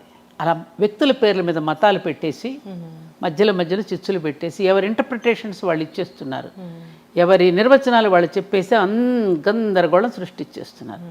ఏం చెప్పాడు అనేది ధర్మం. ఎవరు చెప్తున్నారన్నప్పుడు మతం పుట్టింది. మనది సనాతన ధర్మం, ఎటర్నల్ ధర్మ. అది సృష్టిలో ఉన్న ధర్మమే మానవ ధర్మం. ఈ మనిషి అనేవాడు విశ్వానికి ఒక నమూనాగా నిలిచాడు. విశ్వంలో ఏదుందో మానవుడి దేహంలో కూడా అదే ఉంది. బ్రహ్మాండంలో ఏదుందో పిండాండంలో అదే ఉంది. ఆ బ్రహ్మాండానికి పిండాండాన్ని శృతి కలుపుకొని జీవిస్తే నీ జీవనం బాగుంటుంది అని ఒక ముక్కలో చెప్పారు. దీనికి ఇన్ని గ్రంథాలు అక్కర్లేదు, ఇంత థీసిస్లు అక్కర్లేదు, ఇన్ని పిహెచ్డీలు అక్కర్లేదుగా. దీనికి ఎవరి నిర్వచనాలు వాళ్ళని చెప్పేసేసుకునేసరికి రకరకాలు పుట్టేసి అబ్బో నానా గందరగోళంగా ఉంటుంది. ఇప్పుడు టెంపుల్స్ ధ్వంసం చేసేంత వరకు వస్తుందిగా. వచ్చేస్తా పిచ్చి ఎవరికి వాళ్ళు చేసేసుకోవటం. ఎవరు చేస్తున్నారో తెలియదు, ఎందుకు పుట్టిస్తున్నారో తెలియదు. అథవా ఎందుకని ఈ సనాతనం అనేటటువంటి ఎటర్నల్ ధర్మ, ఈ వేదం అనేది అపౌరుషేయం. ఇది ఎవరు సృష్టించింది కాదు, ఎవరు రాసింది కాదు, వ్యక్తులతో వచ్చింది కాదు. ఇది ఎప్పుడు సనాతనమే. ఇది ఎవరు ధ్వంసం చేయగలిగింది కాదు అసలు. హిమాలయాలను ఎవరైనా పెకలించి వేయగలరా? అలాంటిదే ఇది కూడా, ఎవ్వరూ పెకలించలేరు. అలాంటి సనాతనమైన నిత్యనూతనమైనటువంటిది ఈ ధర్మాన్ని ఎవరు ఏమి ఇవన్నీ మనుషులు చేసే పిచ్చి కోతలు, పిచ్చి మాటలే తప్ప ఎవరు ఏం చేయలేరు దీన్ని. అటు నుంచి ప్రపంచం మొత్తం ఇటువైపుకు చూస్తోంది. ఇప్పుడు ఇక్కడ మనం కొట్టుకుంటున్నాం. ఈ సమయంలో వాళ్ళు మనల్ని దీంటి మనమందరం అటు వెళ్ళి ఇదే నేను అమెరికా వెళ్ళినప్పుడు ప్రిన్స్టన్ యూనివర్సిటీ, ఐన్స్టీన్ అక్కడే కదా, ప్రిన్స్టన్ యూనివర్సిటీకి ప్రొఫెసర్ డాక్టర్ బిఎం గుప్తా గారు వెళ్ళినప్పుడు ఐన్స్టీన్ కలవడానికి వెళ్ళాట. ఐన్స్టీన్ కలవడానికి వెళ్ళినప్పుడు ఐన్స్టీన్ ఈయన్ని సంస్కృత భాషలో ఆహ్వానించాడు. ఆహ్వానిస్తున్నప్పుడు పాపం ఈయనకి ప్రతిస్పందన చెప్పలేకపోయాడు సంస్కృతంలో. ఆయన ఆశ్చర్యపోయి భారతదేశంలో నుంచి సంస్కృతానికి మూలమైనటువంటి భారతదేశం వచ్చినటువంటి మీరు సంస్కృతంలో మాట్లాడలేకపోవడం ఏమిటి? రండి, నా లైబ్రరీలో అన్ని సంస్కృత గ్రంథాలు ఏమున్నాయి, భగవద్గీత ఉంది, వాటిని బట్టే కదా నేను ఇవన్నీ కూడా కనుగొనగలిగానని అన్నాడట. అట్లా ఇవాళ ప్రపంచ దేశాలన్నీ కూడా భారతదేశాన్ని కొనియాడుతూ మేము అన్ని సనాతన ధర్మమైన గ్రంథాల నుంచి తీసుకునే బాగుపడ్డామని వాళ్ళే చెప్తున్నప్పుడు మరి మనం ఇక్కడ ఇలా కొట్టుకుంటుంటే ఎలా? అవును. న్యూటన్ ఏమన్నాడు? నేను నా పూర్వీకుల భుజాల మీద నుంచే నేను అంత దూరం చూడగలిగాను అన్నాడు. ఇవి మన పిల్లలకి అటువంటి ప్రేరణని ఇవ్వాలమ్మా. అనవసరపు ఈ చదువుల్లో కూడా తీసేయవలసిన కలుపు మొక్కలు చాలా ఉన్నాయి. ఆ కలుపు మొక్కలన్నీ ఏరేస్తేనే ఈ విద్యార్థి అనే వృక్షం బాగా ఎదుగుతుంది. ఆ విద్యార్థి అనేటటువంటి మొక్కను ఎదగాలి అంటే ఆ చుట్టూ వేసే ఎరువు ఎటువంటిదై ఉండాలి? మంచి ఆలోచనలు, జాతీయ భావన, దైవభక్తి, ఇవన్నీ పెంపొందించకపోతే ఏమవుతుంది? విద్యార్థి దశలోనే వాడికి మతద్వేషము, కులద్వేషం రేపెత్తిస్తున్నారు. అది చెప్పకపోతే ఇది ఎక్కువైపోతుందిగా. మరి వీటిని గురించి మనం ఎందుకు పెద్దలైనటువంటి వాళ్ళు, విద్యావేత్తలు, మేధావులు పట్టించుకోవాలి కదా ఇవన్నీ. చేంజ్ రావాలి అసలు. అందుకనే నేను విద్యార్థి లోకంలో ఎక్కువగా గడపడానికి ఇష్టపడతాను లక్ష్మి. ఎందుకంటే ఆ వయసులో కనుక పిల్లలకి కనుక మనం మనసులో కనుక ముద్రం వేస్తే జీవితంలో ఎప్పటికీ మర్చిపోలేరు వాళ్ళు. అక్కడి నుంచే మనం మొదలవ్వాలి. మాకు చిన్నప్పుడు అదే కదా బీజం పడింది. అవును. 1వ తరగతి నుంచే మాకు పలకా బల్పం తీసుకున్న ఆ ఈ అని రాసినప్పుడే ఆ అమ్మ, ఆ ఆవు, ఈ ఇల్లు, ఈ ఈశ్వరుడు, అక్కడే ధర్మార్థ కామ మోక్షాలకు ప్రతీకలే ఆ ఈ. ఆ అంటే అమ్మ ధర్మం, ఆ అంటే ఆవు జ్ఞానం, ఈ అంటే ఇల్లు కామం. అర్థం అంటే కదా, ఆవు ఉంటేనే కదా మనకు అర్థం, డబ్బులు వచ్చేది, సంపదనిచ్చేది ఆవే కదా. ఈ ఇల్లు అంటే అక్కడి నుంచే కదా మన కామ్యకర్మలని చేసేది, ఇంటి దగ్గర నుంచే కదా. తర్వాత ఈ అంటే ఈశ్వరుడు, మోక్షం ఇచ్చేది ఈశ్వరుడు. ఈ భావనతో మనం మొట్టమొదటి విద్యాభ్యాసం అక్కడి నుంచి మొదలు పెట్టించారు. A for apple, B for bread వచ్చేసింది కదమ్మా. అవును. యాపిల్ తినడం, బ్రెడ్, సి క్యాట్, డాగ్, మరి వీటితో నేర్పించేసేస్తే తిండి కోసమే ఉద్యోగం అనేటటువంటి, చదువు అనేటటువంటి బ్రెడ్ అండ్ బటర్ కోసమే చదువుతున్నాం అనేది వచ్చేసింది. కాబట్టి వాళ్ళెవరో అంటగట్టి వెళ్ళిపోయినటువంటి వాటిని ఎప్పటికైనా తుడిచిపెట్టి మనదైనటువంటి విధానం, మన ఋషులు ఏదైతే ఇచ్చారో ఆ విధానాన్ని మనం అనుసరించి ఇకనైనా మనం మారితే, ఇకనైనా మారుదాం, యుగం మారుతుంది. అంటే మనం మారుదాం, యుగం మారుతుంది. ఖచ్చితంగా మార్పు అనేది. సాదాగా జీవిద్దాం, ఉన్నతంగా ఆలోచిద్దాం. అందరం యోగులు కానక్కర్లా, నిరుపయోగులు కాకుండా ఉంటే చాలు అనేది మన ఎజెండా. ఖచ్చితంగా మ్యామ్. చివరిగా ఒక ప్రశ్న, అంటే ఇప్పుడు ఉన్న ఆహారపు అలవాట్లు చూస్తే పిజ్జా, బర్గర్, మొత్తం జంక్ ఫుడ్, లేదా ఆన్లైన్ ఆర్డర్లో మిడ్ నైట్ బిర్యానీలు అన్నీ తింటూ ఉన్నారు. అసలు వీటన్నిటిని చూస్తే ఏమనిపిస్తుంది మీ మనసులో? ఇప్పుడు పిల్లలు తల్లిదండ్రుల మీద తిరగబడుతున్నారు, ఉద్రేకాలు. వాళ్ళకి వెంటనే ఇన్స్టెంట్గా వాళ్ళకి ఇవ్వకపోతే పేరెంట్స్ని తిట్టడము, పేరెంట్స్ మీద తిరగబట్టని చూస్తున్నాగా. అవును. కారణం ఏమిటి? ఎవరో చేసినటువంటి పదార్థాలు, రకరకాల ఆలోచనలతో చేసినటువంటి వంటకాలు, తినకూడనటువంటి ఎప్పుడెప్పుడో నిలవ ఉన్న పదార్థాలు, బ్యాక్టీరియా ఇచ్చిన పదార్థాలు అర్ధరాత్రి పూట తింటున్నారు. అర్ధరాత్రి ఎవరు తింటారు? రాక్షసులు తింటారు, నిశాచరులు అంటారు. అప్పుడు రాక్షసులు సంచరించేటటువంటి సమయం. అప్పుడు తీసుకునేటువంటి ఆహారం ఏమవుతుంది? మన ఆహారం, తినే ఆహారం మన మనసుకు చేరుతుంది. మనం తినే ఆహారం మనసుకు కూడా చేరుతుంది. సంబంధం ఉంది మనసుకి తినే ఆహారానికి. అందుకని మనం తినే ఆహారాల వల్ల మన ఉచ్చారణలో దోషాలు వస్తాయి, భావనలో దోషాలు ఉంటాయి, ప్రవర్తనలో దోషాలు కూడా ఉంటాయి. అందుకని మన పూర్వీకుల ఆహారపు వేళ యుక్తాహార విహారస్య అని భగవద్గీతలో చెప్పినట్టు ఆహార విహారాదులలో కూడా ఎటువంటి జాగ్రత్తలు వహించాలో శ్రీకృష్ణుడు భగవద్గీతలో చెప్పాడు కదా. మరి చెప్పినప్పుడు రోజు వింటున్నాం కదా, ఆ భగవద్గీతను ఎవరైనా చచ్చిపోయినప్పుడు పెట్టి వింటున్నాము. మరి అందులో ఉన్నటువంటి దీనిని మనం ఎవరైనా తల్లిదండ్రులు చెప్పాలి కదా. తల్లిదండ్రులు చెప్తే పిల్లలు వింటలేదండి అంటే వినకపోవడానికి కారణం ఏమిటి? ఏ పిల్లల లంచ్, నాకు టీచర్స్ చెప్తారు, నేను స్కూల్స్కి వెళ్తానుగా, ఏ పిల్లల లంచ్ బాక్స్ చూసేసినా ఏంటంటారు దాన్నమ్మా, మ్యాగీయా, నూడిల్స్ ఇవి నూడిల్స్ ఇట్లాంటివే తప్ప మన సంప్రదాయపు వంటకాలు ఏ లంచ్ బాక్స్లోనూ ఉండవండి అంటే ఒక టీచర్ ఒక స్కూల్కి వెళ్ళినప్పుడు చూపించింది నాకు. తినట్లేదు. మాకు చిన్నప్పుడు పెరుగన్నము, పచ్చడి, వెన్న పూస పెట్టేవారు. వెన్న దేనికి? ఇంద్రియాలను నిగ్రహిస్తుంది. శ్రీకృష్ణుడు వెన్న దొంగిలించాడు ఎందుకు? ఆయన అస్కలిత బ్రహ్మచారి. వెన్న తినడం వల్ల మన ఇంద్రియ నిగ్రహం ఉంటుంది. వెన్నకు అంతటి గొప్ప శక్తి ఉంది వెన్నకి. అట్లా తినేవాళ్ళం. చద్ది అన్నంలో ఎన్ని పోషక విలువలు ఉంటాయో రాజీవ్ దీక్షిత్ గారు 2 గంటల ఉపన్యాసం చెప్పాడు ఆయన. అట్లా తిని పెరిగిన వాళ్ళమే. మరి ఇవాళ పిల్లలకి ఎటువంటి ఆహారం పెడుతున్నాం, ఆహారాన్ని బట్టి వాళ్ళకి లక్షణాలు వస్తున్నాయమ్మా. అందుకని ఈ స్విగ్గీలు, జొమాటోలు ఎప్పుడెప్పుడు తీసుకొచ్చి నిలవ పెడుతున్నారు. ఈ మధ్యన చూస్తున్నాం రకరకాల, ఎందుకంటే రోజు రోజుకి అదే ఆర్డర్ ఇస్తూ ఉంటే ప్రొడక్షన్ కూడా తగ్గినప్పుడు వేరే వేరే కుక్క మాంసాలు కలపచ్చు. ఏ మాంసాలు కలుపుతున్నా మనకు తెలియదు కదా. ఇక భగవంతుడికి పెడుతున్నప్పుడు ఇక వీళ్ళకి పెట్టడంలో ఇంక దోషం ఏముంటుంది? ఆలోచించండి. వాడిది వ్యాపార దృష్టి, అమ్మది ప్రేమ దృష్టి. అమ్మ ఇచ్చే కాఫీకి హోటల్ వాడు ఇచ్చే కాఫీకి తేడా లేదు. హోటల్ వాడిది వ్యాపార దృష్టితో ఇస్తాడు కాఫీ నీకు. అమ్మ ఇచ్చే కాఫీ కానీ, అమ్మ ఇచ్చే పాలు కానీ, అమ్మ పెట్టే అన్నంలో ప్రేమ ఉంటుంది. ఆ ప్రేమతో పెట్టిన అన్నం వలన నీకు ఆరోగ్యం ఉంటుంది, నీ ఆలోచనలో కూడా ఉంటుంది. అమ్మ ఏ ఆలోచనలతో చేస్తూ వంట చేస్తుందో ఆలోచనలు అన్నంలో కూడా ఉంటాయి. ఇది కథ ఉన్నది మనకి. ఇది సైన్స్ అమ్మా. అందుకనే పిల్లలు, నేనదే ఇప్పుడు ఉద్యోగాల కోసం మీరు పోతున్నారు, పిల్లలకి ఎవరు వంట చేసి పెట్టమంటున్నారు. నీకున్న ప్రేమ ఆయాకి ఎందుకు ఉంటుందమ్మా? ఆయా ఎందుకు పెడుతుంది? వాడి నోట్లో పెట్టకుండా తన నోట్లో పెట్టుకుంటుంది. దేనికి సంపాదన? ఎవరి కోసం? ఆ పిల్ల అడిగింది కదా, పని మనిషి మీద, అమ్మ నువ్వు తాళాలు పని మనిషికి ఇచ్చేళ్ళు, బంగారం పని మనిషికి ఇచ్చే, నేను స్కూల్ నుంచి వచ్చేసరికి ఫంక్షన్కి వస్తానంటే తాళాలను బంగారం పని మనిషికి ఎట్లా ఇస్తాను, నీకేం బుద్ధి లేదా అని అడిగితే తల్లిని, మరి అయితే నన్ను ఎందుకు నాయాకి అప్పగిచ్చి వెళ్తున్నావు అంటే ఆ బంగారం కూడా విలువ లేదన్న. నేను మంచి క్వశ్చన్. అవునా కదా? ఇప్పుడు వాళ్ళు ఆయాలకి ఇస్తున్నారు, రేపు వీళ్ళని ఓల్డేజ్ హోమ్స్లో వేస్తున్నారు. తప్పలేదు కదా. అదే ఇందాకన్నా కర్మఫలం ఉంటుంది. నువ్వు స్కూల్లో కుక్కేసేసి నువ్వు ఎప్పుడైతే ఆయాలకు అప్పచెప్పావో నేను పెద్ద అయినా తీసుకెళ్ళి ఓల్డేజ్ హోమ్లో పెడతారు. తప్పేముంది? వాళ్ళదేం తప్పలేదుగా. అయ్యా ఎందుకు నీకు ఈ గొయ్యి అంటే, తాతకు తీసిన గొయ్య నీకు తీయాలి కదయ్యా. తాత మనోడు సినిమా అనుకుంటా. Is are realities. కరెక్ట్. యద్భావం తద్భావం. మనం ఎలా ఉన్నాం వాళ్ళు ఎలా ఉంటారు. కర్మ సిద్ధాంతం. యాక్షన్కి రియాక్షన్ ఉంటుంది కదమ్మా.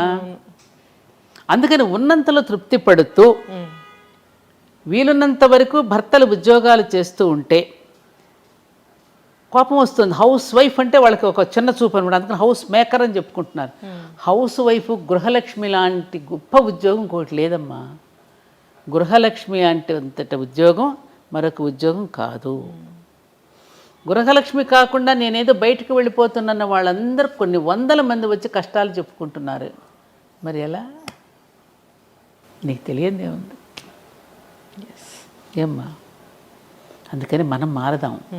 మనం తృప్తిగా బ్రతకగలిగినప్పుడు ఈ ఇబ్బందులు ఉండవు. అందుకనే కలియుగంలో అందరూ కష్టాలు పడుతున్నారు స్వామి, ఈ కష్టాలు తీరడానికి ఏదైనా ఉపాయం చెప్పండి అని నారద మహర్షి వెళ్ళి శ్రీమన్నారాయణని అడుగుతాడు. అడిగితే సత్యనారాయణ స్వామి వ్రతం చేయమంటాడు. సత్యనారాయణ స్వామి అని వేరేవాడు లేడు కదా. సత్యమే నారాయణ స్వరూపము. అందుకని సత్యవ్రతాన్ని ఆచరించమనవయ్యా, కష్టాలు ఉండవని చెప్పాడు ఆయన. అంటే నిజాలు మాట్లాడారు. ఏంట సత్యవ్రతం? అందుకని కథలో ఎవరిని పెట్టాడు? ఒక బ్రాహ్మణుడు ఉంటాడు, ఒక వైశ్యుడు ఉంటాడు, ఒక రాజు ఉంటాడు, ఒక కట్టెలు కొట్టుకుని శూద్రుడు. అంటే 4 వర్ణాలు ఇవి, కులం కాదు. బ్రాహ్మణ అంటే శిక్షణ, క్షత్రియ అంటే రక్షణ, వైశ్య అంటే పోషణ, శూద్ర అంటే పరిచర్య, శ్రమశక్తి. ఈ 4 కనుక కమిట్మెంట్తో పని చేస్తే కష్టాలు ఉండవు. జ్ఞానాన్ని బోధించవలసిన బ్రాహ్మణుడు జ్ఞానాన్ని బోధిస్తూ, సమాజాన్ని రక్షించవలసిన క్షాత్రశక్తి సమాజాన్ని రక్షిస్తూ, ధనాన్ని సమానంగా పంపిణీ చేయవలసిన వైశ్యుడు సమానంగా రేట్లు ఎక్కువ వేయకుండా సమానంగా పంపిణీ చేసేటటువంటి ధనశక్తి, అలాగే తన శరీరంతో శ్రమతో సమాజాన్ని సేవించుకునే శ్రమశక్తి, ఈ 4 భాగాలు సమాజానికి 4 అంగాలు. ఈ 4 భాగాలు కమిట్మెంట్తో సత్యంతో పనిచేస్తే కష్టాలు ఉండవు నాయన, ఈ మాట చెప్పమని దాన్ని వ్రతంగా స్వీకరించమని చెప్పాడు ఆయన. దాన్ని ఏం చేసాం మనం? తీర్థానికి ప్రసాదానికి ముడిపెట్టి, తీర్థం తీసుకోకపోతే పాపం వస్తుందని, ప్రసాదం తీసుకోకపోతే ఓడ మునిగిపోయినట్టు మన కొంప మునిగిపోతుందని, ఇలాంటి కథలు చెప్పి కథకి కొబ్బరికాయ కొట్టి కథకి హారతులు ఇచ్చేసి ఓవర్ యాక్షన్ చేసేసి ఏమ్మా దాని అసలు పదార్థం మర్చిపోయి నేను కొత్తగా గృహప్రవేశం చేసుకుంటున్నావురా, ఈ ఇంటికి వచ్చిన వాళ్ళని ఆదరించటం, గౌరవించటం, వచ్చినటువంటి అతిథ్యాగతలను సేవించుకుంటూ ఎలా ఉండాలో వ్రతం చేయించాడు. కొత్తగా పెళ్ళైన వాళ్ళు కూడా నీ దాంపత్య జీవితం ఇలా ఉండాలమ్మా, దాంపత్య జీవితాన్ని ఇలా చక్కగా నిర్వహించుకోవాలని చెప్పి ఈ 2 వేళల్లో మన సత్యనారాయణ స్వామి వ్రతాన్ని తప్పకుండా ఎందుకు పెట్టారు? సత్యాన్ని వ్రతంగా స్వీకరించి నీ గృహస్థాశ్రమ ధర్మాన్ని చక్కగా నిర్వర్తించు అని చెప్పడానికి మనకు ఆ వ్రతం చేయిస్తే చివరికి ఏమైంది? దక్షిణలు, తాంబూలాలు, కొబ్బరికాయలు కొట్టడాలు, హారతులు ఇవ్వడాలతో సరిపెట్టి తీర్థప్రసాదాలకు ముడిపెట్టేసి అసలు తంతంతా పోయింది, ఇది మిగిలింది. ఏమంటావు? అవును, అంటే ఈ పూజలు ఇలాంటివి చేసి మన మొక్కులు తీరాలంటే తీరవా? ఎడ తీరుతాయి? ఎలా తీరుతాయి? రాంగ్ నెంబర్ పెట్టాయి అంటాడు అక్కడ. నువ్వు చేసేదోటి నువ్వు చెప్పేదోటి, నీ మొక్కు కింద రాంగ్ నెంబర్ పెట్టేయమంటాడు. బాగా తపస్సు చేసిన కోరకూడని కోరావనుకో తదాస్తు ఇచ్చాను పోరా అంటాడు. తపస్సు చేశాడు కదా, ఎవరికైనా తను చేసినట్టు చెడ్డ కోరిక వాడికి శాపం అయ్యేటట్టు చేశాడు. అవును, అది ఉందిగా. మనం తెలివైన వాళ్ళైతే సమాజ హితం కోసం చేసి తపస్సు చేసిన వాళ్ళు కొందరున్నారు, సమాజాన్ని నాశనం చేయడానికి చేసే తపస్సులు ఉన్నారు. సమాజాన్ని నాశనం చేసే తపస్సులన్నీ వాళ్ళే నాశనం అయిపోయారు. సమాజ హితం కోసం తపస్సు చేసిన ఋషులందరూ కూడా చరిత్రలో నిలిచిపోయారు, మనకు జీవన విధానాన్ని అందించి వెళ్ళారు వాళ్ళు. అందుకని ప్రతినిత్యము ప్రాతస్మరణీయులమ్మ వాళ్ళు. ఉదయం లేచిన దగ్గర నుంచి రాత్రి పడుకోబోయేంత వరకు మన దినచర్యని దేవుని చర్యగా మార్చుకోవడం ఎట్లాగో నేర్పి ఒక విధానాన్ని, ఒక బాటను వేసిన మన మహర్షులు ఉన్నారే, వాళ్ళకి ప్రతిరోజు ఉదయం నేను నమస్కరించుకుంటాను. సప్తఋషులకి ఎంత జ్ఞానం, ఎంత ఇచ్చారమ్మా మనకి, ఎంత ఇచ్చారమ్మా, ఎంత ఎంత ఎంత ప్రతి పండుగ దినాల్లో కూడా మనకి ఎంత అద్భుతమైన సందేశాన్ని ఇచ్చారు. నువ్వు చెడిపోకుండా ఉండడానికి సంవత్సర కాలం కూడా సంవత్సర పురుషుడు గానాన్ని మనకి వినిపించి ప్రతిరోజు నువ్వు చెడిపోకుండా, పట్టాలు తప్పకుండా పండుగల రూపంలో నీ చేత ఆచరింపజేసి పుణ్యం అనే అకౌంట్ను నువ్వు బ్యాంకులో దాచుకోవడానికి ఎంత శరీరాలను కాల్చుకుని వాళ్ళందరూ ఎన్ని ఇచ్చారమ్మా మనకి. వాళ్ళ రుణం తీర్చుకోవద్దు మనం? ఇలా కొట్టుకోమనా, ఇలా తిట్టుకోమనా మనం? వాళ్ళు నేర్పింది మనకి. ఆలోచించాలి. నేను రాగానే దీపావళి శుభాకాంక్షలు చెప్పారు మీరు దివాళీని ఎలా జరుపుకుంటారు? దివాళీ పండుగ అంటే మా ఇంట్లో మాకు బాగా ఇష్టం, ఎందుకంటే వీళ్ళు ఎక్కువగా నార్త్లో ఉండొచ్చారు కదా. తప్పకుండా ఉదయం పిండి వంటలు చేసుకోవడం, చుట్టుపక్కల ఉన్న వాళ్ళందరికీ, మా అత్తగారు నేను ఉంటే రాత్రంతా ముందు రోజు రాత్రి బాగా పిండి వంటలు ఎక్కువగా చేసి ఆ కాలనీలో ఉన్న చుట్టుపక్కల అందరికీ పంచిపెట్టడం జరిగేది. ఇప్పుడు ఎవరు రావటం లేదుగా పండుగలు సామూహికంగా భోజనాలు చేయడానికి. ఇదివరకు ఇట్లాగ ఎవరికి వారే విడిపోతున్నారు కదా, సామూహికంగా రండి అనేటువంటి పద్ధతి పోయింది. మా పల్లెల్లో ఉంటే ఆ ఉన్న కులాల వాళ్ళందరినీ భోజనానికి పిలుస్తాం. ఇది చాకలి సోదరుడు, మంగలి సోదరుడు, కమ్మ సోదరుడు, కుమ్మరి సోదరుడు అందరినీ. ఎందుకంటే ప్రతి వృత్తిలో నువ్వు సహకరిస్తున్నావు కదా ఒకరికొకరు. నేను పంట పండిస్తున్నాను, నేను పంట పండించేటప్పుడు మీరందరూ నాకు సహకరిస్తున్నారు, కాబట్టి అందరం కలిసి భోజనం చేద్దాం రండి. అన్ని కులాల వాళ్ళు వచ్చి భోజనం చేస్తే ఆ వండిన పిండి వంటలు అందరం కలిసి భోజనం చేసే విధానం మనకు పండుగల్లో ఉండేది. ఇప్పుడు రాజకీయ నాయకులు వచ్చిన తర్వాత ఈ రాగద్వేషాలు పెంచేశారు కదా అందరిలో. ఎర్షెడ్ వాళ్ళకి పెరిగాక ఎవరికి వాళ్ళే మేము రామని భోజనాలకు ఎవరు రావట్లా ఇప్పుడు. అలా అయిపోయింది ఇప్పుడు. కాబట్టి ఇంక సాయంకాలం అయ్యేసరికి దీపాలు వెలిగించుకోవడం. ముఖ్యంగా దీపాలు వెలిగించేటప్పుడు మేము చేసేది ఏమిటంటే, మనకి జీవితంలో మనం ఎదుగుతూ ఉన్న కొద్దీ మనకి సహాయం చేసేవాళ్ళు ఉంటారు.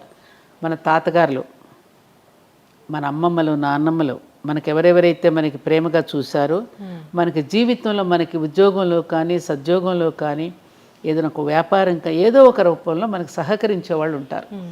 ఆ సహకరించినటువంటి వాళ్ళ కృతజ్ఞతలు చెప్పుకుంటూ వాళ్ళ పేరుతో ఒక దీపం పెడతా నేను. ఇది పలానా వారికి నాకు ఈ సహకరించారు కాబట్టి వారి పేరు మీద ఈ దీపం అని వారికి నమస్కారం చేసుకో. దాన్ని బలివైశ్వ దీపం అంటారు. ఉంది మనకి ఇది. ముందు రోజున పెడతారు, బలి దీపాలను పెడతారు. ఆ చనిపోయిన వాళ్ళందరినీ గుర్తు చేసుకుంటూ వాళ్ళ పేరు మీద ఒక దీపం వెలిగించుకోవడం, అలా దీపాలు పెట్టుకోవడం. ఇంకా సాయంకాలం పిల్లలంతా వస్తే అందరం కలిసి కాసేపు ఏదో చిన్న చిన్న టపాకాయలు వెలిగించుకొని, దీపాలు వెలిగించుకొని అందరం కలిసి భోజనం చేయడం. ఇంతకన్నా.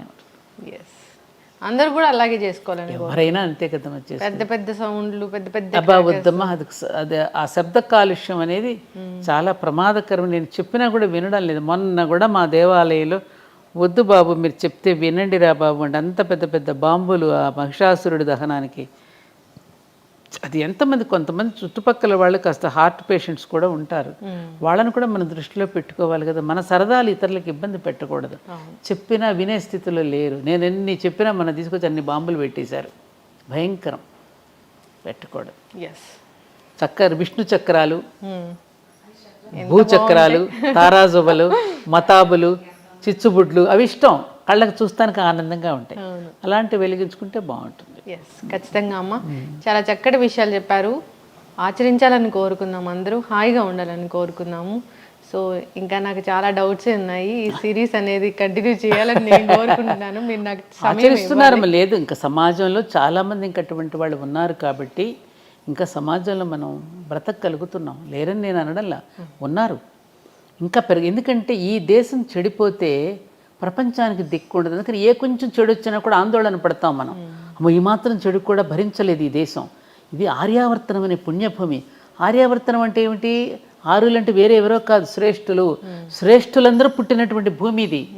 ఆర్యులందరూ వర్తించిన భూమి అంటే శ్రేష్టమైనటువంటి ఒక నోబుల్ పర్సన్స్ వర్తించినటువంటి భూమి. కాబట్టి ఇటువంటి భూమిలో చెడు అనేది ప్రవేశిస్తే ఇది ప్రపంచానికి కూడా మంచిది కాదు. ప్రపంచానికి కూడా దిక్సూచి మనమే కాబట్టి, ప్రపంచానికి కూడా జ్ఞానాన్ని అందించిన జ్ఞానభూమి కాబట్టి, ఆ మాత్రం చెడు వచ్చినా భరించలేనటువంటి భూమి కాబట్టి ఇలా ఆందోళన పడుతున్నాం. కానీ ఇంకా ప్రపంచంలో చాలామంది మంచి చేస్తున్నారమ్మా. మానవత్వం అనేది మహానుభావుడు. మన నిజంగా నేను అశ్రుతర్పణం నీ ఛానల్ ద్వారా టాటా గారు మహానుభావుడు. ఈ దేశం పట్ల కృతజ్ఞతతో ఆయన చేసి వెళ్ళినటువంటి మంచి పనులు, ఆయన జీవించిన ఇల్లు కూడా లేకుండా జీవించినటువంటి గొప్ప మహానుభావుడు కూడా మరి మన దేశంలో పుట్టి మనకి ఎంతో చేసినటువంటి జంషెడ్జీ టాటా దగ్గర నుంచి ఇప్పటి ఉన్నటువంటి ఈ టాటా దగ్గర వరకు మనందరం గుర్తుపెట్టుకోవాల్సినటువంటి వ్యక్తులు మన దేశంలో చాలామంది ఉన్నారమ్మా. కలాం గారి దగ్గర నుంచి ఎంతోమంది, వివేకానందుడు, వీళ్ళందరూ పుణ్యులు జన్మించినటువంటి జన్మభూమిలో పుట్టాం, మనం ఉన్నాము. కాబట్టి తప్పకుండా మన దేశం మళ్ళీ ప్రపంచానికి ఆదర్శంగా ఉంటుంది. ఈ తప్పులన్నింటినీ సరిదిద్దుకోవడానికి శక్తివంతమైనటువంటిది అన్నింటికంటే మీడియా. కాబట్టి మళ్ళీ దాన్ని చెడగొట్టినా బాగు చేసినా రెండు మీడియా చేతిలోనే ఉంది. కాబట్టి అటువంటి మీ మాధ్యమాల ద్వారా మంచి విషయాలను ఎక్కువగా ప్రసారం చేస్తూ ఉంటే అందరూ మంచి వైపే తప్పకుండా మళ్ళుతారు. ఖచ్చితంగా అమ్మ, మేము కూడా తూచా తప్పకుండా ఆచరిస్తాము. మంచి I dream it, I dream, నేను కలగంటాను. చక్కటి ఇన్ఫర్మేషన్ మ్యామ్, ధన్యవాదాలు. నమస్కారం లక్ష్మి, చాలా సంతోషం అమ్మా.